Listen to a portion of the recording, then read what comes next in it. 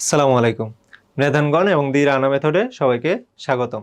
আজকে আমরা জৈব যৌগের বিভিন্ন প্রকার সমগোত্রীয় শ্রেণী সম্পর্কে জানবো। তাহলে আজকে আমরা জানবো অ্যালকেন সম্পর্কে। অ্যালকেন সম্পর্কে। তাহলে শুরু করি। তাহলে অ্যালকেন। তাহলে সমগোত্রীয় শ্রেণী অ্যালকেনের বৈশিষ্ট্যগুলো আমরা আগে দেখে নেই। তাহলে অ্যালকেনের ক্ষেত্রে অ্যালকেন কারা?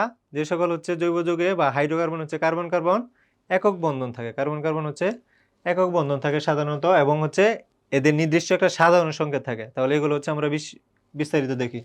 তাহলে এদের সমগোত্রীয় হওয়ার প্রথম শর্ত কি ছিল? একই সাধারণ সংকেত বিশিষ্ট। সাধারণ সংকেত বিশিষ্ট। তাহলে অ্যালকেন যদি একটা সমগোত্রীয় শ্রেণী হইতে হয়, তাহলে আর কি থাকবে?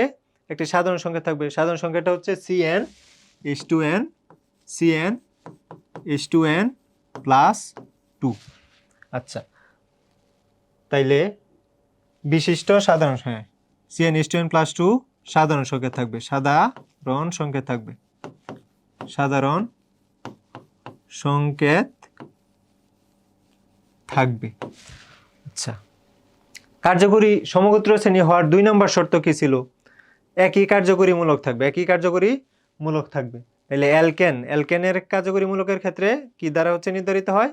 কার্বন কার্বন একক বন্ধন থাকে। তাহলে 2 নম্বর কি থাকবে? কার্বন কার্বন একক বন্ধন থাকবে।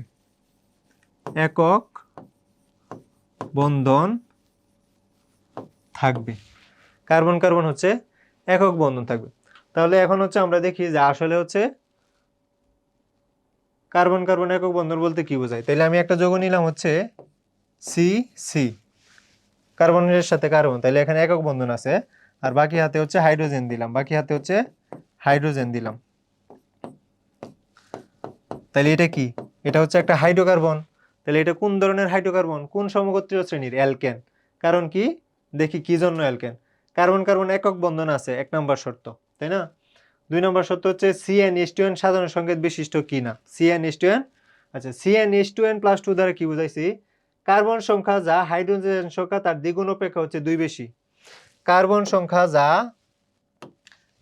সংখ্যা যা থাকবে হাইড্রোজেন সংখ্যা তার দ্বিগুণ অপেক্ষা 2 বেশি। তাইলে এখানে দেখি তো কার্বন সংখ্যা কত আছে? কার্বন সংখ্যা 2। আর হাইড্রোজেন সংখ্যা কত আছে? হাইড্রোজেন সংখ্যা আছে 3 আর 3 6। তাইলে এই 6টা কার্বনের দ্বিগুণ থেকে 2 বেশি না? কার্বনের দ্বিগুণ থেকে 2 বেশি। তাহলে এই সাধারণ সংকেত মানছে, এবং কার্যকরী মূলক যেটা একক কার্বন কার্বন একক বন্ধন ওইটাও মানছে। তাহলে এটা কি? অ্যালকেন এই যৌগটা তাহলে কোন সমগোত্রীয় শ্রেণীর? অ্যালকেন সমগোত্রীয় শ্রেণী। তাহলে কোনগুলো অ্যালকেন সমগোত্রীয় শ্রেণী? এগুলো সামনে আমরা আরো দেখব। তাহলে আশা করি আপাতত বোঝা গেল যে অ্যালকেন সমগোত্রীয় শ্রেণী বলতে আসলে কি বোঝায়। এখন অ্যালকেন সমগোত্রীয় শ্রেণীর যদি আমি আরো বৈশিষ্ট্যের কথা চিন্তা করি, একক বন্ধন। তাহলে একক বন্ধন মানে কি? একটা বন্ধন সিগমা, ডাবল বন্ধ থাকলে একটা সিগমা আর একটা পাই, ট্রিপল বন্ধ থাকলে একটা সিগমা আর বাকি দুইটা পাই বলছিলাম, তাই না? তাইলে একক বন্ধন থাকলে একটাই সিগমা বন্ধন, এখানে পাই বন্ধন নাই। তাহলে সিগমা বন্ধন শক্তিশালী, এগুলো শক্তিশালী। তাহলে যেহেতু কার্বন কার্বন একক বন্ধন, তাইলে এরা কি? শক্তিশালী বন্ধনের মাধ্যমে যুক্ত। তাহলে শক্তিশালী বন্ধনের মাধ্যমে যেহেতু যুক্ত, তাইলে এই বন্ধন ভাঙতে কি হয়? সহজে ভাঙ্গা যায় না। তাহলে সহজে ভাঙ্গা যায় না মানে কি? রাসায়নিক বিক্রিয়ায় সহজে অংশগ্রহণ করে না। রাসায়নিক বিক্রিয়ার কারণ কি? রাসায়নিক বিক্রিয়ায় অংশগ্রহণ করা মানে কি? আগের বন্ধন ভেঙে যাওয়া। তাহলে এটার বন্ধন যেহেতু সহজে ভাঙে না, তাহলে এটাকে আমরা কি বলতে পারি? যে এটা রাসায়নিকভাবে অনেকটা নিষ্ক্রিয়। তাহলে যেহেতু কার্বন কার্বন একক বন্ধন থাকে, তাইলে রাসায়নিকভাবে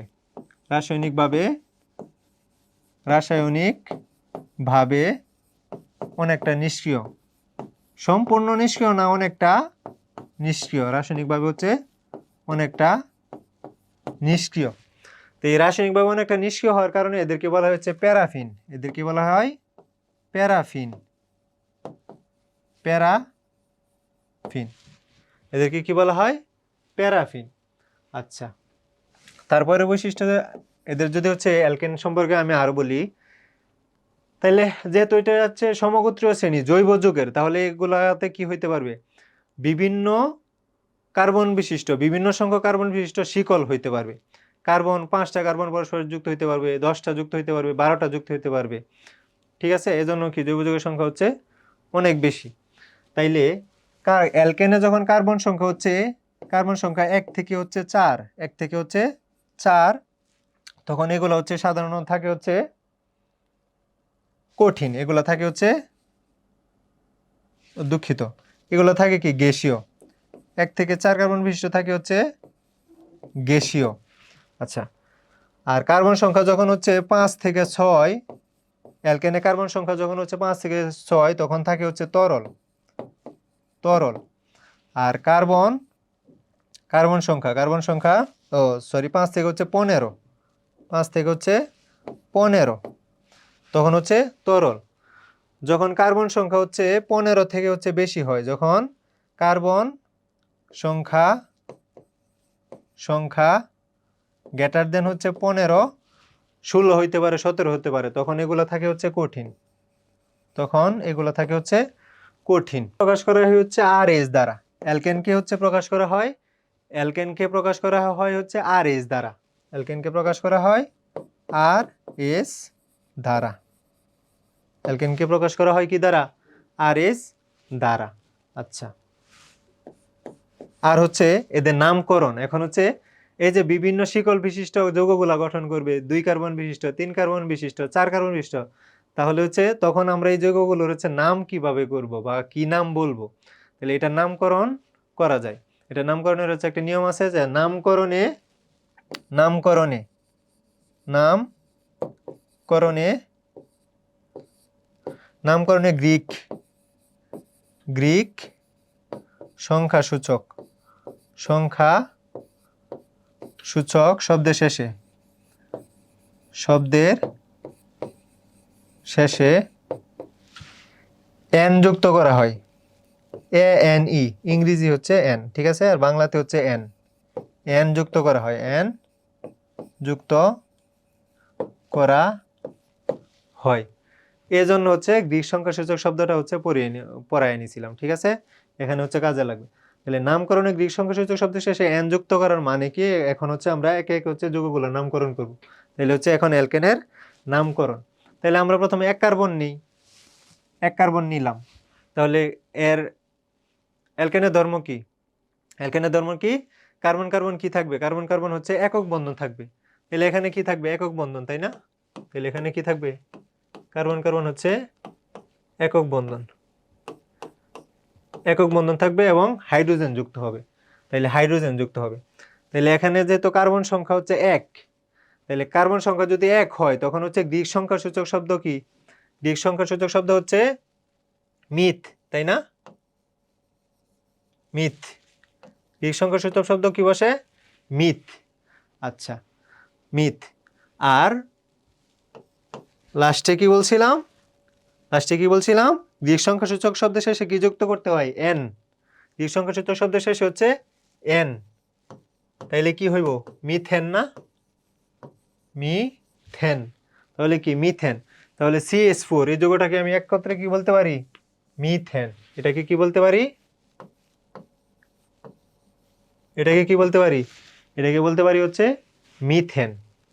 আমি আরেকটা যৌগ নিলাম, C, 2 কার্বন বিশিষ্ট নিলাম। আমি কয় কার্বন বিশিষ্ট নিলাম? 2 কার্বন বিশিষ্ট যৌগ নিলাম। তাইলে কার্বনের যোজনী কত? 4, যোজনী কত? 4, তাহলে এর 3 হাত খালি, এর 3 হাত খালি। তাহলে বাকি হাতগুলোতে কি হবে? হাইড্রোজেন, বাকি হাতগুলোতে হাইড্রোজেন। তাইলে শর্ত কি ছিল? গ্রিক সংখ্যাসূচক শব্দের শেষে এন। তাইলে 2 কার্বন থাকলে গ্রিক সংখ্যাসূচক কত? ইথ। আর শেষে অ্যালকেন হওয়াতে আগে বুঝবো অ্যালকেন কি না। তাহলে এখানে কার্বন সংখ্যা কত? কার্বন সংখ্যা হচ্ছে 2, আর হাইড্রোজেন হচ্ছে 1 2 3 4 5 6। হাইড্রোজেন সংখ্যা কত? 6। এখন এই হাইড্রোজেন সংখ্যা কার্বনের দ্বিগুণ থেকে 2 বেশি না? সমান কত আছে? 6। তাহলে হাইড্রোজেন সংখ্যা কার্বনের দ্বিগুণ থেকে 2 বেশি, তার মানে এটা একটা অ্যালকেন, একক বন্ধন আছে, আর কার্বন সংখ্যার দ্বিগুণ অপেক্ষা 2 বেশি হচ্ছে হাইড্রোজেন সংখ্যা। তাহলে এটা হচ্ছে অ্যালকেন, এটাও বুঝলাম। তাহলে অ্যালকেন হচ্ছে, তাইলে গ্রিক সংখ্যাসূচক শব্দ 2 এর জন্য হচ্ছে ইথ, আর শেষে লাগাইতে হয় এন। তাহলে কি হয়ে যাবে? এটা ইথেন। এটার নাম কি হবে? এটার নাম হবে ইথেন।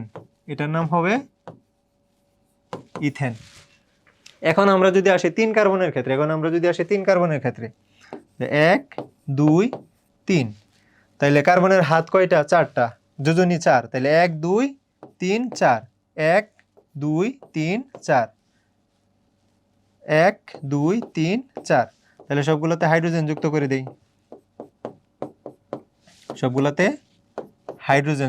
দেই, তাইলে আগে দেখি এটা হচ্ছে কোন সমগোত্রীয় শ্রেণী। তাইলে কার্বন সংখ্যা কত আছে? 3। হাইড্রোজেন সংখ্যা কত আছে? হাইড্রোজেন সংখ্যা আছে হচ্ছে 3, 3 6 আর 2 8।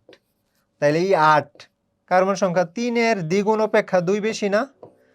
এই 8 3 এর দ্বিগুণ অপেক্ষা 2 বেশি, তাহলে এটা কি? অ্যালকেন। আমি বুঝে গেলাম অ্যালকেন, একক বন্ধন আছে আর হাইড্রোজেন সংখ্যা কার্বনের দ্বিগুণ অপেক্ষা 2 বেশি, তাইলে এটা কি? অ্যালকেন। তাইলে এখন অ্যালকেনের নামকরণ হচ্ছে গ্রিক সংখ্যাসূচক শব্দের শেষে এন। তাহলে এখানে 3 কার্বনের জন্য গ্রিক সংখ্যাসূচক শব্দ কি আসবে? 1 2 3, তাইলে প্রুপের সাথে এন, তাইলে প্রুপেন। তাইলে এটার নাম কি? এটার নাম হচ্ছে প্রুপেন। এটার নাম হচ্ছে প্রুপেন। আচ্ছা, এখন যদি আমি আসি 4 কার্বন বিশিষ্ট, 1 2 3 4, তাইলে এখানে কি? তাইলে এর হচ্ছে 3 হাত খালি থাকবে, তাই না? আর এটার হচ্ছে 1 2 3 4, 1 2 3 4, 1 2 3 4। তাইলে এখানে আমি কি করব? এখানে হচ্ছে হাইড্রোজেন, এখানে কি করব? হাইড্রোজেন, এখানে হাইড্রোজেন, আর এখানে এগুলোতে হাইড্রোজেন যুক্ত করে দিব। তাহলে আগে দেখি হচ্ছে কোন সমগোত্রীয় শ্রেণী। তাহলে কার্বন সংখ্যা কত? 3। হাইড্রোজেন সংখ্যা কত? এখানে 6 4 10, সরি 3 3 6। ও আচ্ছা, কার্বন সংখ্যা হচ্ছে 4, আর হাইড্রোজেন সংখ্যা কত? 10। তাহলে এই 10, এই হাইড্রোজেন সংখ্যা কি 4 এর দ্বিগুণ অপেক্ষা 2 বেশি না? তাহলে একক বন্ধন আছে, কার্বন কার্বন একক বন্ধন, আর হাইড্রোজেন সংখ্যা কার্বন সংখ্যার দ্বিগুণ অপেক্ষা 2 বেশি, তাহলে এটা কোন সমগোত্রীয় শ্রেণী? অ্যালকেন। তাহলে অ্যালকেনের নামকরণ শেষে হচ্ছে কার্বন সংখ্যার গ্রিক সংখ্যাসূচক শব্দের শেষে এন। তাহলে কার্বন সংখ্যা হচ্ছে 4, তাহলে গ্রিক সংখ্যাসূচক শব্দ কত? বিউট, এর সাথে এন, তাইলে বিউটেন। তাইলে এটার নাম কি? এটার নাম হচ্ছে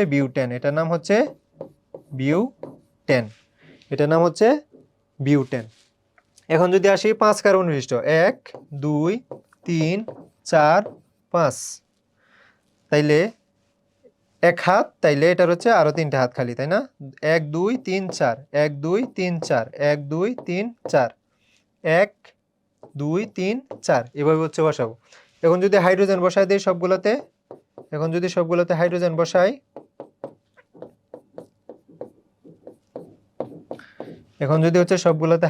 বসাই, তাইলে কি হইতেছে? কার্বন সংখ্যা কত? এখানে কার্বন সংখ্যা কত আসতেছে? 5, আর হাইড্রোজেন সংখ্যা আসতেছে হচ্ছে 12। কত? 12। তাইলে এই 12টা কি? 5 এর দ্বিগুণ অপেক্ষা 2 বেশি, আবার কার্বন কার্বন একক বন্ধন, তাইলে এটা অ্যালকেন। তাইলে যেহেতু 5 আছে, তাইলে কি আসবো? পেন্ট।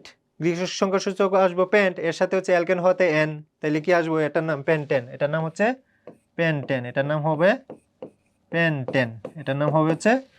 পেন্টেন। আচ্ছা, তাহলে এগুলো হচ্ছে গাঠনিক আকারে লিখছি, আমি গাঠনিক সংকেত আকারে লিখছি। তাহলে এটাকে হচ্ছে আমি এভাবে লিখতে পারি, যে এখানে কার্বন কয়টা? একটা। এখানে তাহলে মিথেনকে আমি এভাবে লিখতে পারি, এখানে কার্বন সংখ্যা কয়টা? একটা, আর হাইড্রোজেন আছে 4টা, তাই না? তাহলে ইথেনকে আমি আবার এভাবে লিখতে পারি, এখানে হাইড্রোজেন কতটা আছে? এখানে কার্বন আছে 2টা, তাইলে C2, আর এখানে হাইড্রোজেন কয়টা আছে? 6টা, তাইলে S6, এভাবে হচ্ছে লিখতে পারি। প্রোপেনে কার্বন কয়টা আছে? 3টা, C3, আর হাইড্রোজেন কয়টা আছে? হাইড্রোজেন আছে হচ্ছে 8টা, তাইলে H8। আবার বিউটেনে হচ্ছে কি আছে? কার্বন আছে 4টা, তাইলে C4, আর হাইড্রোজেন কয়টা আছে? হাইড্রোজেন আছে 10টা, তাইলে S10। আমি এভাবে লিখতে পারি। তাহলে এটা হচ্ছে সরাসরি আণবিক সংকেত, আর এটা হচ্ছে গাঠনিক সংকেত, তাই না? এগুলো তো হচ্ছে আমরা বুঝি। আর তাহলে পেন্টেনে কার্বন সংখ্যা কয়টা? 5টা, তাহলে C5। আর হাইড্রোজেন সংখ্যা কত? 12টা, তাহলে S12। তাহলে আমরা হচ্ছে এইভাবে হচ্ছে লিখতে পারি। আশা করি হচ্ছে অ্যালকেন সম্পর্কে হচ্ছে আমরা বিস্তারিত ভালোভাবে বুঝতে পারছি।